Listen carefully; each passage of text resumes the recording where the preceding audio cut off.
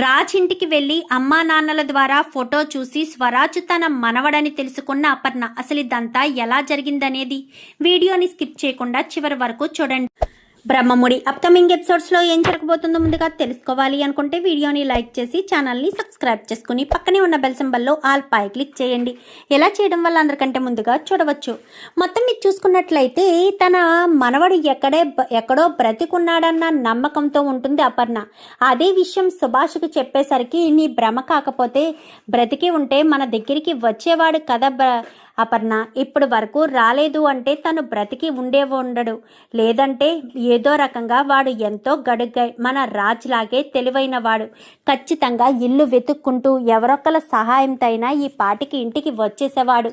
ఎన్ని రోజులైనా వాడు రాలేదు అంటే వాడు ప్రాణాలతో లేడేమో, నువ్వు వాడి మీద ఆశలు పెంచుకుంటున్నావేమో అని అపర్ణనైతే చెప్తాడు. ఇంకా సుభాష్ అయితే లేదండి, వాడు బ్రతికే ఉన్నాడు, అందరు శవాలు దొరికాయి కానీ వాడి శవం దొరకలేదు, వాడు ఎక్కడో ప్రాణాలతోనే ఉన్నాడని, ఎప్పటికైనా ఇందుకు తగు జోడి వాడేనని, ఇందుని కాపాడగలిగేది కూడా వాడేనన్న విషయం నాకు తొందరలోనే అర్థమవుతుంది అని నా మనసు కనిపిస్తుందండి అని ఇంకా మా అక్కడ పని చేసుకుంటూ ఉండగా సడన్గా ఈలోపు రాజు ఐశ్వర్య నెక్లెస్ ఉంది కదా, నెక్లెస్ తీసుకుని వస్తాడు.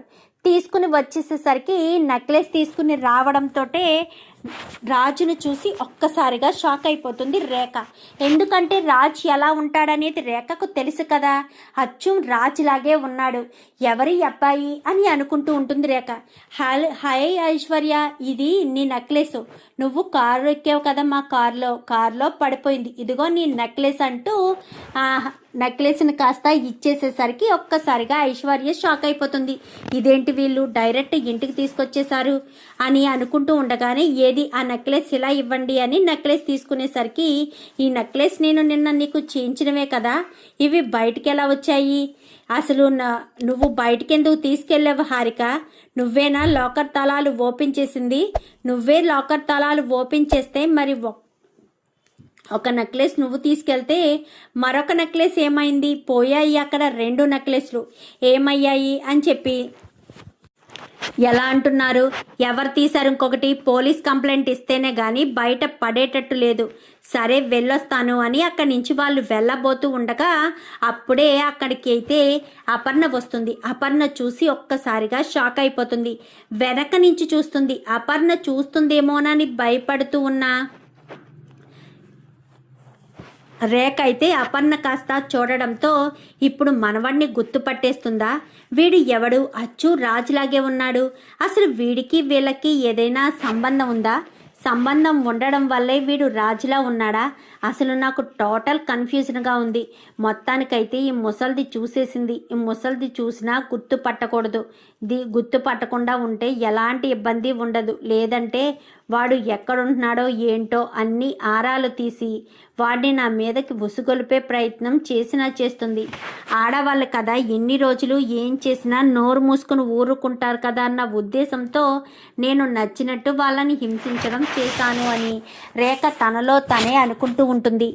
ఏంటి రేఖ అలా డల్ అయిపోయావేంటి, ఏమైంది అనగాని ఏమీ లేదు వదిన, లేదు ఏదో జరిగింది, నువ్వు డల్ అయిపోయావు, ఇప్పుడు వరకు ఐశ్వర్య మీద విరుచుకుపడ్డా నువ్వు ఆ వచ్చిన అబ్బాయిని చూడడంతో షాక్ అయిపోయావు, అసలు ఏం జరిగింది అనగానే ఆ అబ్బాయి ఎవరో నీకు తెలుసా వదిన అనేసరికి నాకేం తెలుసు అని భ్రమరాంబ చెప్పడంతో ఇంకా ఆ రేఖ అయితే ఆ అబ్బాయి అచ్చం మా బావ రాజ్లాగే ఉన్నాడు అనేసరికి ఏంటి మీ బావ రాజ్లాగా, మీ బావ రాజ్లా ఎలా ఉంటాడు, అప్పుడే మీ బావ చనిపోయాడు కదా అని భ్రమరాంబ డౌట్ వ్యక్తం చేయడంతో అవును నువ్వు చెప్పింది నిజమే, అప్పుడే మా బావ చనిపోయాడు, ఒకవేళ మా బావ ఉంటే మాత్రం ఆ కుర్రవాడిలా ఎందుకుంటాడు, పెద్ద ఏజ్ వాళ్ళ ఉంటాడు, కానీ ఇప్పుడు మా బావ ఆ కుర్రవాళ్ళ కనిపిస్తున్నాడు అంటే ఆ కుర్రవాడికి మనకు ఏదైనా సంబంధం ఉందా, ఫ్యూచర్లో మనల్ని ఇబ్బంది పెట్టడానికి ఏదైనా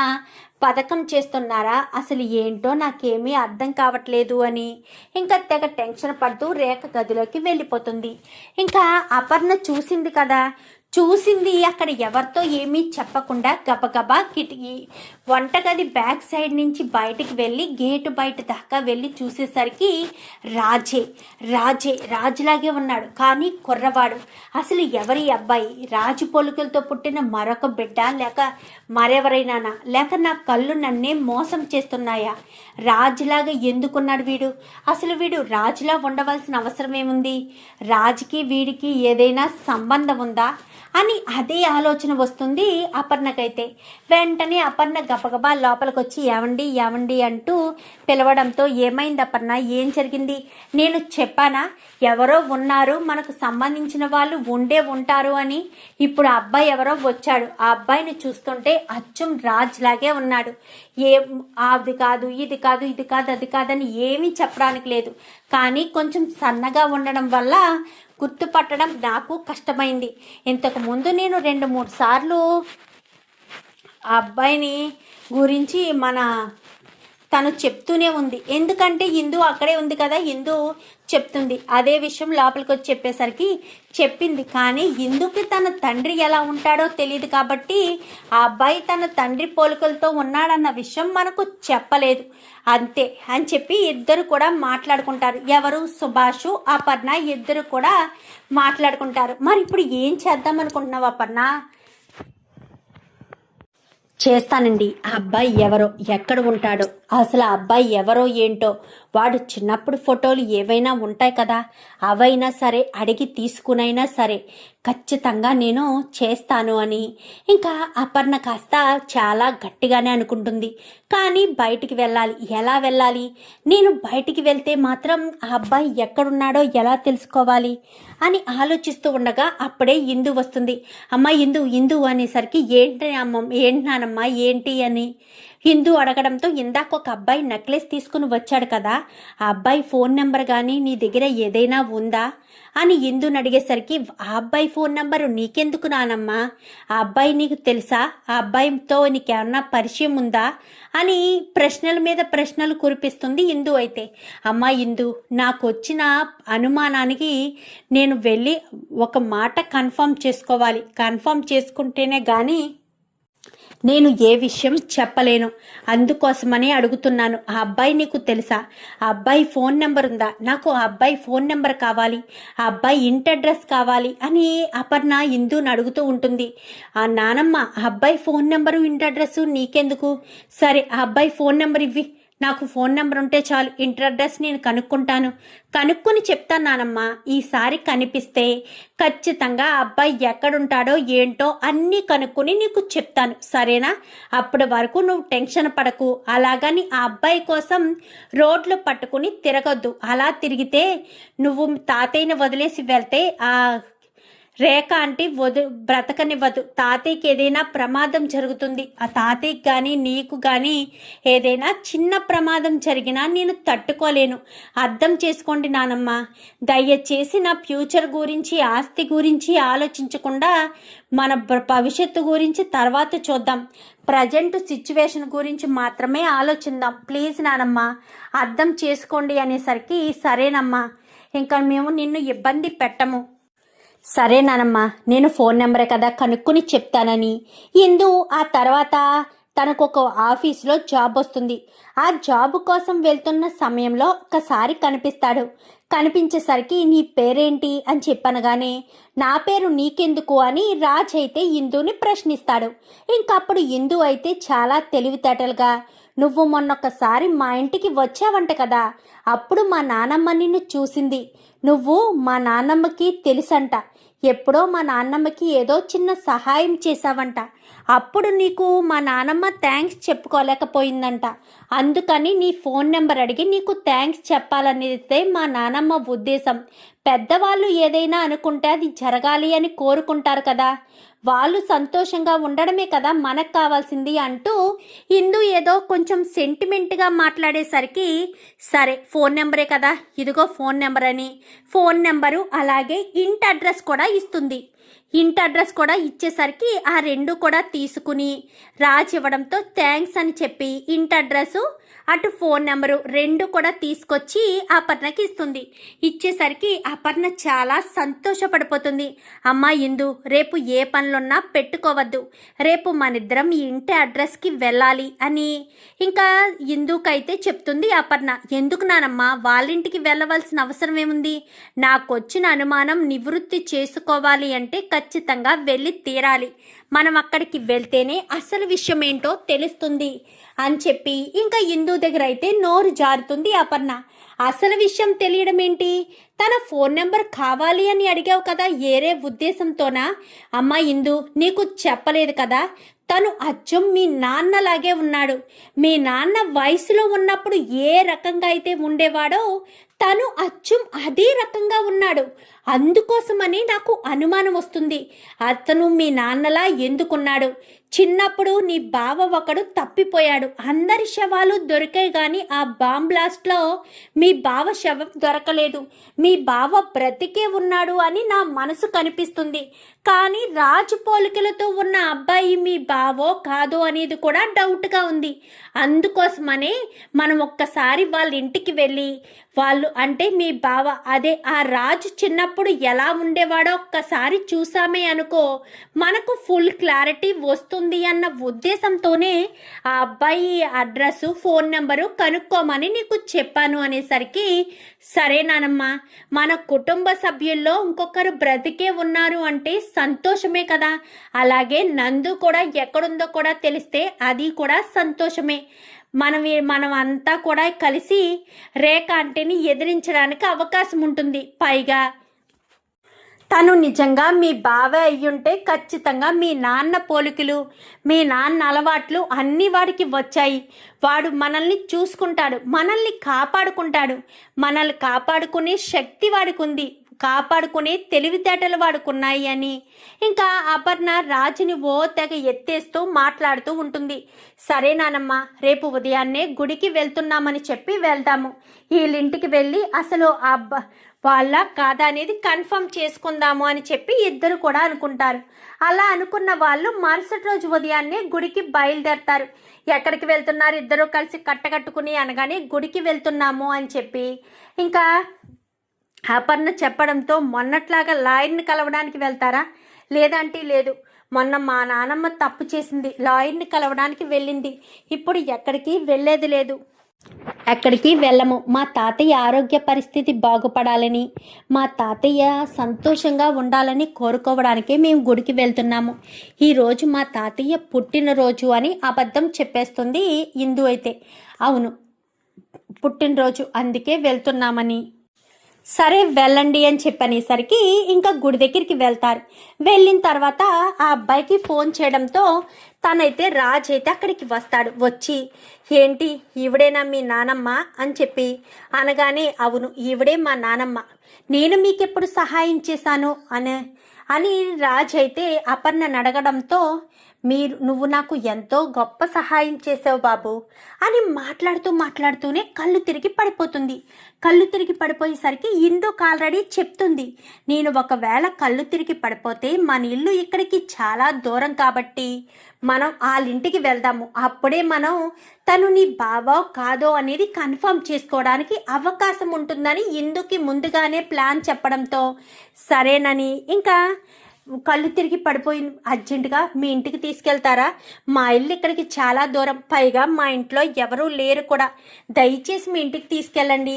మా నాన్నమ్మ అప్పుడప్పుడు ఇలాగే కళ్ళు తిరిగి పడిపోతుంది, కొంచెం నీడగా ఉండి కొంచెం గాలి తగిలితే పర్వాలేదు, ప్లీజ్ అండి తీసుకువెళ్ళండి అనేసరికి సరే రండి అని కారులో ఇద్దరిని ఎక్కించుకుని తీసుకువెళ్తాడు. ఇంటికి తీసుకువెళ్ళిన తర్వాత వీళ్ళిద్దరు సహాయంతో ఆవిడ్ని లోపలికి తీసుకొచ్చి పడుకోబెడతారు. పడుకోబెట్టేసరికి వాళ్ళ అమ్మ నాన్న ఇంట్లోనే ఉండి, ఎవరు రాజ్ ఎవరు వీళ్ళు, ఒక్క నిమిషం అమ్మ చెప్తానని ఆవిడని తీసుకెళ్లి మంచం మీద పడుకోబెట్టి ఇంకా ఇందు బయటకు వస్తుంది. బయటకు వచ్చేసరికి కూర్చో అమ్మ అనగానే, ఆవిడెవర్రా అనగానే వాళ్ళ నానమ్మ అనేసరికి, నీకు వీళ్ళు తెలుసా అనగానే గుడిలో పరిచయం అయ్యారు. మాట్లాడుతూ ఉండగానే ఆవిడ సడన్ గా కళ్ళు తిరిగి పడిపోయింది. అందుకోసమనే భయం వేసింది.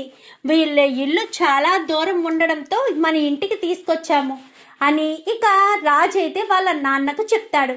పోనీలేరా, నువ్వు పుట్టి పెరిగాక ఇంత పెద్ద మంచి పని చేసావు, లేదంటే ఇంత పెద్ద మంచి పని చేసేవాడివి కాదు అని రాజ్ తల్లి అయితే రాజ్ తల్లి తండ్రి ఇద్దరు కూడా అనుకుంటారు. అపర్ణ పడుకుని ఉంటుంది, కావ్య మాత్రం కూర్చుని ఉంటుంది. చుట్టూ చూస్తుంది. చుట్టూ చూసేసరికి ఏయో ఫొటోస్ ఉంటాయి. ఫొటోస్ ఉండడంతో ఇంకా ఆ ఫొటోస్ ఎవరివండి అనగానే మా రాజువి వాళ్ళ తమ్ముడివి. చిన్నప్పటి నుంచి వాళ్ళిద్దరూ ఎక్కువగా ఫొటోస్ తీయించుకునేవారు. ఆ ఫొటోస్ అన్నీ కూడా అలా ఆల్బమ్ చేయించాలనేదే వాడి ఉద్దేశం. పెద్దవాడంటే చిన్నవాడికి చాలా ఇష్టం అని ఇద్దరు గురించి మాట్లాడేసరికి ఈలోపు నానమ్మకు మెలకు వచ్చినట్టు నాటకం ఆడుతుంది. మెలకు వచ్చినట్టు నాటకం ఆడేసరికి మెలకు వచ్చి బయటకు వస్తుంది. వచ్చిన తర్వాత మిమ్మల్ని ఇబ్బంది పెడుతున్నాము అనేసరికి ఇబ్బంది ఏమీ లేదు, ఉండండి టీ తీసుకొస్తానని టీ తీసుకురావడానికి వెళ్ళేసరికి అలా పైకి అంతా చూస్తుంది. ఆ ఫోటోలు ఎవరివి, ఆల్బమ్ ఏదో చేయించారంటున్నానమ్మా, ఒక్కసారి ఏమనుకోకుండా ఆల్బమ్ ఇవ్వగలరా అని అపర్ణ అడగడంతో ఆల్బమ్ అడుగుతున్నారా, సరే ఇదిగోండి తీసుకోండి అని ఆల్బమ్ కాస్త చేతిలో పెడతారు.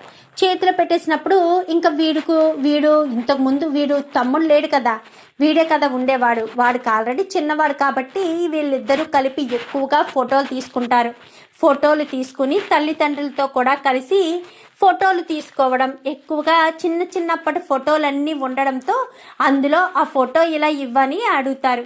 ఆ ఫోటోలోనే అసలైన రాజు ఉంటాడు. అంటే చిన్నప్పుడు రాజు ఎలా ఉండేవాడో ఆ రాజు మాట ఉండేసేసరికి ఆ ఫోటోను కాస్త తీసుకుని చేయి పెట్టి అటు ఇటు క్లీన్ చేసి ఫోటోని చూడడంతో ఒక్కసారిగా షాక్ అయిపోతారు. షాక్ అయిపోయి ఇంకా అలా చూస్తూ స్టన్ అయిపోతుంది. స్టన్ అయిపోయేసరికి అమ్మ ఏమైందమ్మా, ఏమైంది అని, ఏమైందమ్మా, అసలు ఎవరు మీరు, రాజు ఫోటోలు చూడాలని ఎందుకు అనుకుంటున్నారు, పైగా చిన్నప్పుడు ఫోటో చూసి ఎందుకు షాక్ అవుతున్నారు, మీరు నిజం చెప్తారా, నేను అడిగితే మీరు అడిగిన ప్రశ్నలన్నింటికీ నేను కూడా సమాధానం చెప్తాను అని అపర్ణ డైరెక్ట్ అయిపోతుంది. డైరెక్ట్ అయిపోయేసరికి చెప్పండి అని చెప్పనగానే చెప్తాను చెప్పకుండా ఉండలేను. మీరు అనుకుంటున్నట్టు నేను కావాలని కళ్ళు తిరిగి పడిపోయి ఇక్కడికి రాలేదు, కావాలని మీ ఇంటికి వచ్చాను. మీ ఇంటికి వచ్చిన అబ్బాయి ఎవరు అన్న విషయం నేను తెలుసుకోవాలనేదే నా ఉద్దేశం. ఆ అబ్బాయి మీ చిన్నప్పటి నుంచి మీ కొడుకేనా, కాదు కదా, మీకు ఎంత వయసున్నప్పుడు దొరికిన కొడుకే కదా అని ఆ చిన్నప్పుడు ఫోటో చూపించేసరికి అది అనేసరికి అబద్ధం చెప్పడానికి ట్రై చేయకండి. ఎందుకంటే వాడు ఎవడో కాదు, నా మనవడు, నా కూతురు కొడుకు. మేమంతా కూడా వేరే చోటికి, అంటే శ్రీశైలం అందరూ ఫ్యామిలీ అంతా, నా కోడళ్ళు, తోటి కోడళ్ళు అందరూ కలిసి సుమారు 20 మంది వరకు మేము కారులో వెళ్తూ ఉన్న సమయంలో మా ఇంట్లోని కుట్రలు చేసేవాళ్ళు, కుతంత్రాలు చేసేవాళ్ళు, మా శత్రువులు బాంబ్ బ్లాస్ట్ చేశారు. బాంబ్ బ్లాస్ట్లో నేను, నా భర్త, నా మనవరాలు, ఇంకొక మనవరాలు, అలాగే ఈ మనవడు బ్రతికాడో లేడో తెలియదు కానీ ఇప్పుడు మాత్రం తెలిసింది. మేము 5గురు మాత్రమే బ్రతికాము. ఆ మనవడు జాడ తెలియదు. మేము ఇంటికి వెళ్ళిన తర్వాత వీళ్ళిద్దరూ పసిపిల్లలు. కానీ ఎవరైతే బాంబ్ బ్లాస్ట్లో చంపేశారో వాళ్ళ కూతురు మమ్మల్ని అందరినీ తక్కువ, అంటే మేము ఏ ఆధారం లేని వాళ్ళమని, మాకు ఎవరి సపోర్టు లేదు అన్న ఉద్దేశంతో నా భర్త అవిటివాడు కాబట్టి నా భర్త ప్రాణాలు తీసేస్తాను అని చెప్పి మా ఆస్తి అంతటినీ తన పేరు మీదకి మార్చుకోవడానికి సిద్ధపడింది. కానీ ఆ ఆస్తి అంతా కూడా నా మనవరాలైన ఇందు పేరు మీద ఉండడంతో నా మనవరాలకి 18 సంవత్సరాలు నిండితేనే కానీ ఆస్తి తనకు వెళ్ళదు. అప్పటి వరకు పవర్ ఆఫ్ పటాన్ని ఆవిడ చేతుల మీదే ఉంది. ఇప్పుడు తనకు 18 పూర్తవ్వడానికి సుమారు 2 నెలలు సమయం మాత్రమే ఉంది. ఈ 2 నెలల సమయంలో మాకంటూ ఒక అండాదండ ఉంటే మాకు మంచి సపోర్టు ఉంటుంది అన్న ఉద్దేశంతో మేము ఆ బిడ్డ ఎవరు, ఆ బిడ్డ నిజంగానే మీ బిడ్డ లేక నా కూతురు కొడుక అన్న విషయం తెలుసుకోవడం కోసమే నేను ఎలా నాటకం ఆడాల్సిన పరిస్థితి వచ్చింది. అంతే తప్ప తప్పుగా అర్థం చేసుకోకండమ్మా అని చెప్పి ఇంకా అపర్ణ కాస్త మొత్తం విషయం చెప్పేసేసరికి, అమ్మ మీరు చెప్పింది నిజమే, ఆ బిడ్డ మా బిడ్డ కాదమ్మా, మాకు దొరికిన బిడ్డనే మా కన్న బిడ్డలా పెంచుకుంటున్నాము. ఈ రోజుకి కూడా వాడికి ఆ కళ వస్తూనే ఉంటుంది, ఆ కళ వాడిని వెంటాడుతూనే ఉంటుంది. కానీ ఆ కలలో వాళ్ళు ఎవరూ కూడా తనకు గుర్తులేరని చెప్తూ ఉంటాడు. ఎందుకంటే వాడు మాకు దొరికే సమయానికే వాడికి చాలా పెద్ద గాయమయ్యింది.